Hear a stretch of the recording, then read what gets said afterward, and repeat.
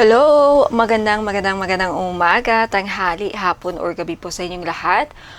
Okay, welcome or welcome back mo dito sa Angel Francia PH Tarot, Leo, Sun, Moon, Rising, and Venus Signs. Kamusta po kayo mga madam and sir? I hope na nasa mabuti po kayong kalagayan. So in today's video, titignan natin yung kung ano ang mga nangyayari sa yung career, money, and finances. No? Ano mga dapat ninyong malaman? Ano ang mensahe ng ating mga spirit guides? Okay, about sa inyong career, money, and finances. Leo, Sun, Moon, Rising, and Venus Signs. Okay.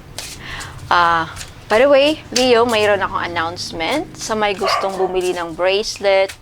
Okay, all-in-one bracelet. Ginawan ko na ng ritual. Wait lang, papakita ko sa inyo.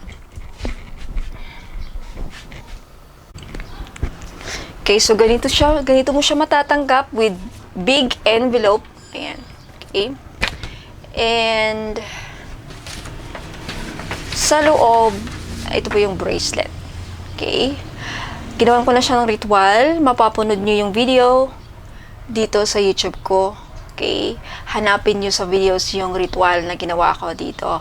Okay. Sa bracelet na to. All-in-one ito. Okay. Yung invocation na ginawa ko is sa Latin. Yung translation niya andito. Okay, hindi niyo na to gagawin, okay? Binigyan ko lang kayo ng copy para malaman ninyo or maintindihan niyo kung anong sinabi ko doon sa Latin. Okay? Yung invocation of the elements and spell casting. Ayan. Okay? And then ito yung instructions. Okay? Anyan. Andito yung instruction and then ito yung babasahin yung ceremony ritual prayer every week. Okay? Ayan. For 500 pesos sa may gusto, mag-comment kayo sa baba. Ma'am, gusto ko pong bumili ng all-in-one bracelet for protection. Sabi ko dito. Okay? Ito yung sinabi ko sa Latin ha, pero English ang nilagay ko dito para maintindihan ninyo. Pero hindi na ito sasabihin kasi ako na nagsabi nito. Invocation lang to. Okay? Invocation meaning summoning of the spirits. Okay? Yung pagtatawag sa mga good spirits. Okay? Ayan. So, this is for protection, happiness in love. Ayan, sa mga love life ninyo para maging happy na kayo kung gusto nyong makahanap ng talagang magmamahal sa inyo. Ganyan. And pangpaswerte din to, okay? Pangpaswerte sa negosyo, pangpaswerte sa buhay. Lahat ng mga gagawin ninyo endeavors, ayan, pangpaswerte. And ano din to, okay? For healing, okay? May kakayahan kang maka-heal sa ibang tao at sa sarili mo, okay? Sinabi ko dito, whoever wears this bracelet be protected from evil, disasters, or accidents of any kind. Whoever wears this bracelet will find happiness in love. Whoever wears this bracelet will find luck in all his or her endeavors. Whoever wears this bracelet has the power to heal anything and anyone, including oneself. Whoever wears this bracelet attracts abundance and be a magnet of beautiful changes, opportunities, money, and wealth. Whoever wears this bracelet, success is assured. Okay? So, ayan. All-in-one na, kaya nandyan na lahat. Okay? Ngayon, guys, bakit yung bracelet kulay red? Guys, kahit gaano pa kaganda yung bracelet na yan, okay, ang importante, yung kapangyarihan ng bracelet, yung ritual na ginawa ko. Okay? Ngayon, may mga katanungan kayo. Pwede bang mabasa? Yes, pwedeng mabasa. Di lang pwedeng maputol or masunog yung bracelet. What if, may madami nagtanong, what if ninakaw? Hindi magkakaroon ng bisa sa kanya yung pagnakaw. Yung ninakaw niya, pag ninakaw niya to. Okay? What if pwede kong ibigay? Yes, pwede mong ipamana sa mga anak mo, sa mga apo niyo. Basta, every Sunday niya tong babasahin. Okay? Every Sunday niya to babasahin. Tong instruction na nandito. Sundin niya lang. Alright? So, ayan. Sa may gusto, available na po siya, okay? Ayan. 500 pesos. So, ganito nyo matatanggap to. Okay, may envelope siya and then andito sa loob. So, ayan mga madam and sir, Leo, Sun, and Moon Rising. Si Leo, Sun, Moon Rising, and Venus, and of course, to our cross-watchers, ayan, ano ang mga dapat ninyong malaman when it comes to your career, money, and finance. Sa mga gustong mapanood yung ritual na ginawa ko. By the way guys, kung mapapansin nyo dun sa video, may isang kandila na hindi nagsindi. Okay, dito yun sa part na to. Don't worry kasi pagkatapos nung video na yun, inulit ko yung ritual. Okay, so kumbaga, doble na yung doble na. Doble siya. Okay? Ayan. Alright. Leo, Sun, Moon, Rising, and Venus signs. Spirit guides, ano ang kapalaran ng ating Leo sa career, money, and finances? Ano mga dapat nilang malaman? May mga competition. There's competition. May gulo, maybe sa company, may pag-aaway, may conflict, may disagreement sa mga desisyon, okay, sa peras, about sa kapirahan, sa idea, something like that. Gulong-gulo ang isip mo, may pagtatalo dahil sa pera. Okay, the Hermit. You're soul searching, naghahanap ka kung paano magkapera. You're trying to understand, Leo, kung bakit hanggang ngayon di ka pa rin maswerte. Ayan, dami mong problema, parang nagko-question ka, bakit ang dami kong problema? Well, maybe because some of you may have an ancestral karma, okay? Yeah. You're trying to forget all your worries, okay? Parang Leo, parang gusto mong makaalis. Gusto mong umalis para umiwas sa gulo, umiwas sa mga problema mo sa pera, parang ganun, okay? Knight of Pentacles.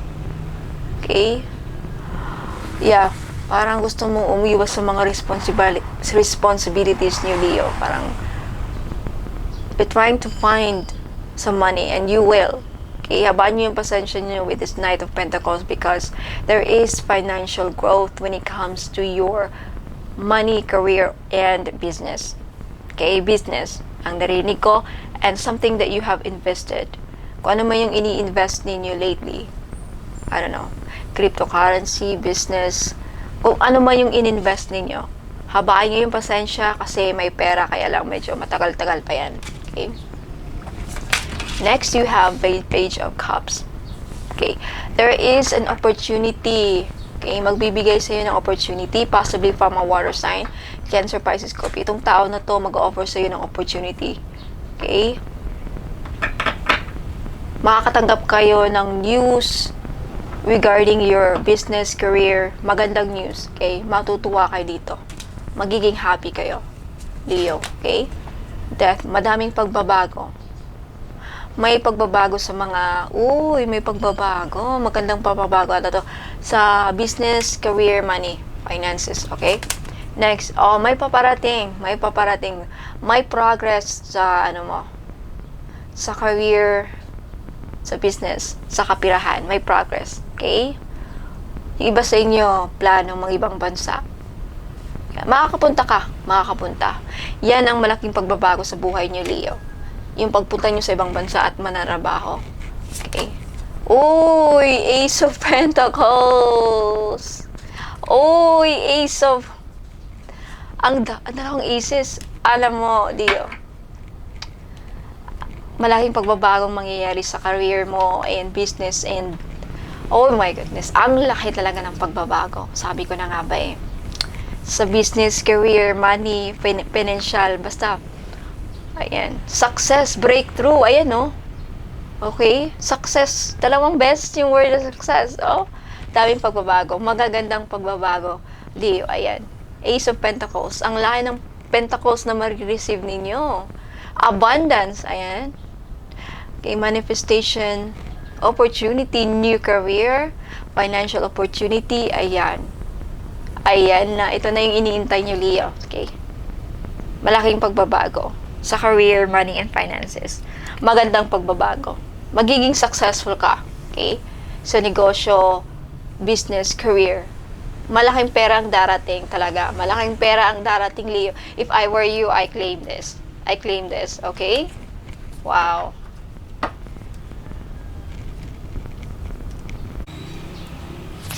Okay, so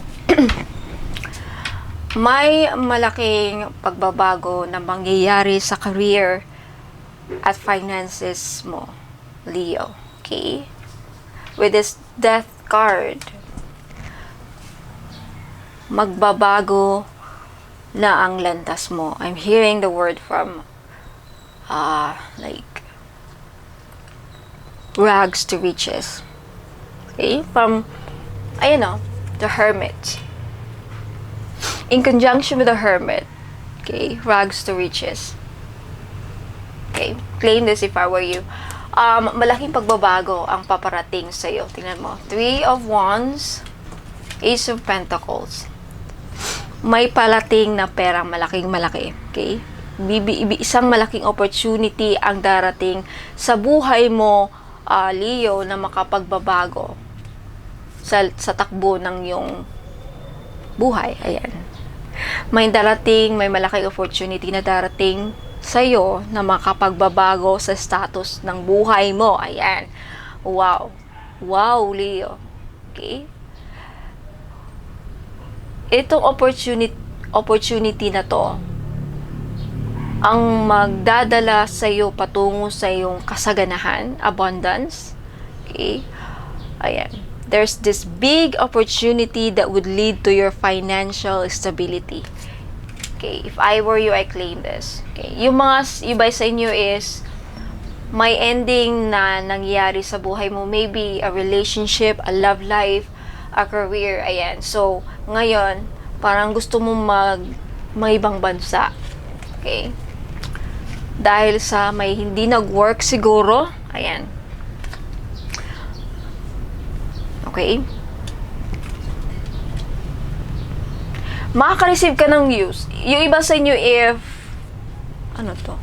iba sa inyo makaka-receive ng news regarding sa inyong career, money, finances. It's either matatanggap na kayo sa trabaho na inaantay ninyo. It's either matatanggap nyo na yung visa na matagal nyo nang inaantay. Ayan, matatanggap nyo na yung parang ganun. There's something about that. But definitely, your overall energy for this reading is the Ace of Swords. And this talks about success. Yung iba sa inyo is magkaka-idea. Okay? Mabibigyan kayo ng idea ng universe kung paano magkapera, kung paano kayo maging successful sa buhay. Okay? Yeah. You are cutting through anything that no longer serves you. Parang pagod ka na sa mga bagay na ganito na lang lagi, walang nagbabago sa buhay ko. Ayan, ma-realize mo yan, and ikaw mismo sa sarili mo, Leo, ikaw mismo magkakapagbabago sa buhay mo. Okay, magkakaroon ka ng idea na eto nang gagawin ko para mabago na ang sitwasyon ng status ng pera ko, status ng finances ko, status ng buhay ko, career ko. Okay? So, ayan. Kukuha tayo ng angel messages. Okay? Before I end this reading, kukuha tayo ng angel messages. Okay? Saglit lang, no? Pero, ang laki ng perang darating sa'yo, Leo. Matutuwa ka. Okay? So, Knight of Pentacles. Maging loyal ka, no? Tingnan mo. Be productive. Okay? Take this opportunity to be productive. Mag-focus ka sa career mo, money, and finances. Kasi magiging maswerte ka. Isa ka sa maswerte. Ano mo yung mga manifestation mo? Your hard work is paying off. Ibig sabihin, yung iba sa inyo, habaan yung pasensya nyo kasi magbubunga rin yung mga pinaghirapan ninyo. Okay? Yan ang mga narinig ko sa iba. Yeah, you are going to achieve something very big. So, habaan nyo yung pasensya nyo. Huwag makipag-away, huwag awayin. May tao dito, younger person, water sign. Huwag awayin tong tao na to na magbibigay sa'yo ng opportunity, ha? Huwag makipag-away. Iwasan makipag-away. Umiwas sa mga toxic, sa mga gulo. Leo, okay? Mag-focus ka sa opportunity na darating sa'yo. Baka ma-miss mo tong opportunity. Okay? Wag naman sana. Ayan.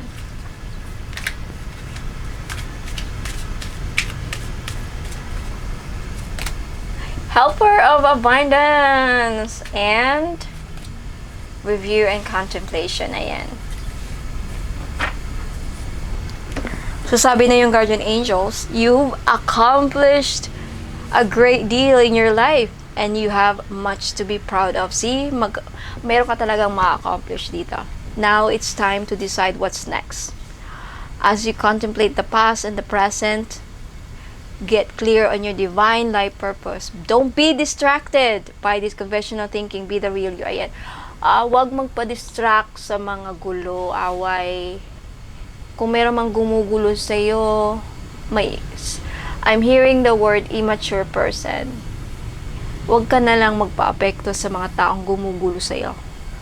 Okay, yan ang mga taong hindi sila makakatulong sa'yo sa career mo, trabaho mo, pera mo. Okay? Yan, di sila makakatulong sa'yo, Leo, kaya wag mo na silang pag-aksayahan pa ng panahon. Mga chismis, mga away, gulo sa pamilya, whatever. Okay, ito gustong organization. Your plans are on target. See, lahat mga plano mo talagang may patutunguhan and everything will flow more smoothly if you add a little organization and discipline to your method. So, kailangan mo talaga, yung iba sa inyo, kailangan lang ng disiplina sa sarili. Okay? The key to success is to allow your creativity to be gently guided by logic. So, ayan. Gamitin nyo yung utak ninyo, kumbaga, logic. I-clear nyo yung mind nyo. Wag puro isip ng kung ano masama. Okay? Wag magpaka-distract. Don't be distracted.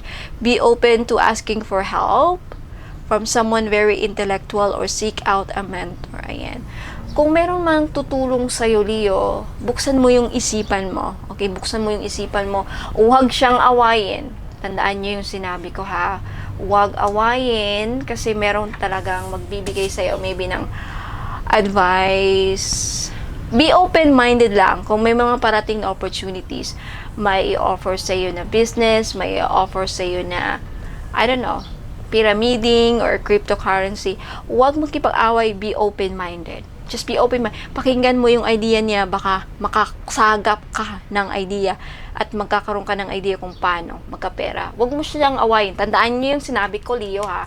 Huwag awayin kung may taong mag-open up sa'yo ng idea. Huwag mong, makinig ka lang. Huwag mo siyang, di naman yan, ganun, wag kang ganun na.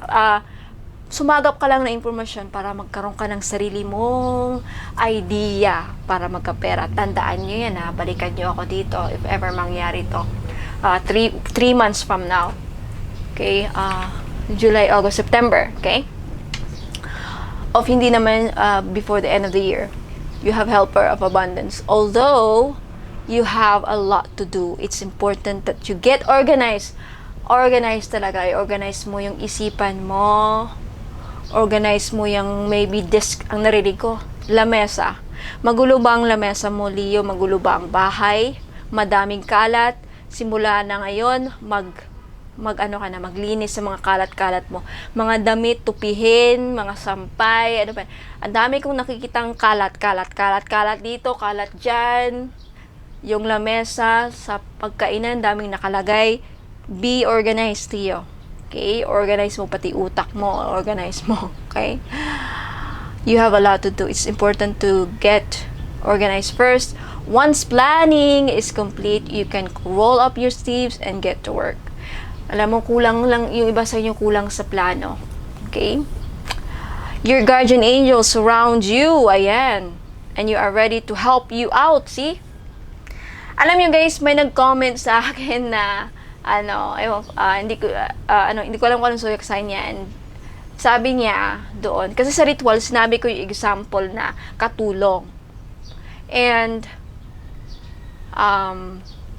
Huwag kayong ma-offend sa word na katulong. From the word ka, tulong. Ano ba ang root word ng katulong? Di ba tulong? Help. Kaya nga help helper sila kumbaga. Okay? Helper sila. Iba kasi ang natin sa katulong yung perception natin sa katulong. Ano, mababa? No, hindi. Katulong lang sila kasambahay katulong. Helper. Help. Hindi ibig sabihin katulong sila, mababa ng tingin natin sa kanila. Okay? Katulong. Kasi kung wala tayong katulong, guys, hindi rin maano ang ano natin. Okay? Kaya lalo na sa mga spirit guides, malaking tulong ang ginagawa nila para sa atin. Ayaw mo pa nun, tinutulungan ka. Tulong, from the word tulong ka, tulong. Okay? So, ayan. But anyways, naalala ko lang. Now, this card also indicates a very loving, kind, and loyal friend. Someone with a big heart and a quick wit and endless patience. That person could be you. Okay? So, huwag kayo ma-offend sa sinabi ko na example na katulong. Okay? Actually, ang mga spirit guides, yung sinabi ko yon, hindi sila actually galit. Okay? Alam naman nila, intindihan naman nila ako naintindihan nila yung gusto kong iparating. Doon sa ritual na ginawa ko, and-explain ko kasi yung example kung paano ang processing ng ganito, ganyan. Parang, kunyari, ako yung, ang tawag nito, ako yung agency, and nagre-recruit ako ngayon ng kayo ang client. Kumbaga, nagre-recruit ako ng mga spirit guides, sila yung parang katulong. Kasi nga, help, tutulungan kanila, di ba? Tutulungan kanilang gabayin, tutulungan, guidance sila, tulong, from the word tulong. Example lang yun para maintindihan nyo. Hindi sila katulong, okay? Huwag kayong, hay nako, may mga tao talagang, ewan. But anyways, alam nyo guys, meron akong, kung di nyo alam, meron akong, the thing about is, mahirap talaga ang Pilipino kausapin, no? Ewan kung bakit. Mahirap kayo pati sa personal reading.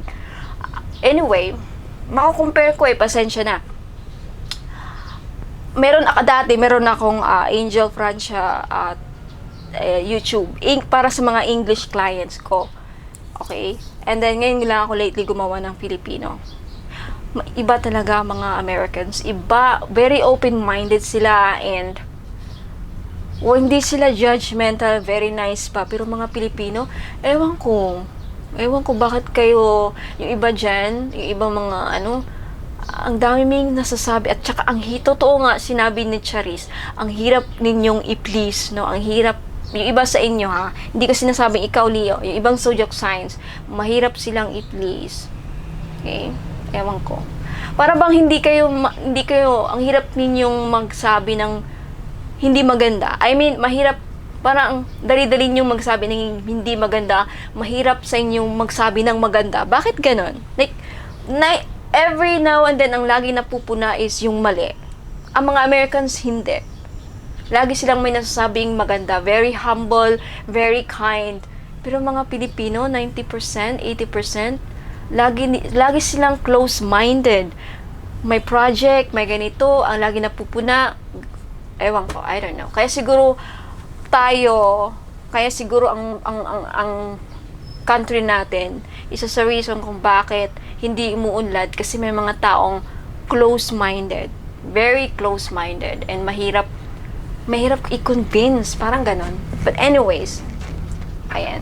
So, Leo, Sun, Moon, Rising, and Venus signs. Again, sa mga interesado dun sa bracelet, all-in-one bracelet, this is 500. Comment nyo ako guys, comment kayo sa baba if you want this, all-in-one, okay? Ayan, all-in-one.